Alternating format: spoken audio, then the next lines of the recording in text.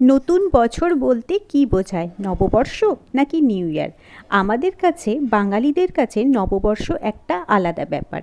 নববর্ষ বলতে যেটা সব সময় আমাদের চোখে ভেসে আসে সেটা হলো হালখাতা, লক্ষ্মী গণেশ পুজো, মিষ্টির প্যাকেট আর ক্যালেন্ডার, তাই না? আর নতুন জামা কাপড় শাড়ি, ওটা তো ম্যান্ডেটরি।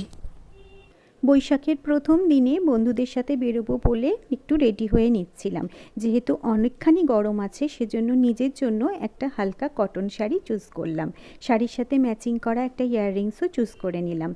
আর আমার সাজগোজ বলতে শুধু কাজল, লিপস্টিক আর সিঁদুর। আমি একদম মেকআপ করা পছন্দ করি না, আমি কোনো দিন মেকআপ করিও নি। নিজের পছন্দ মতো নিজেকে একটু রেডি করে নিলাম।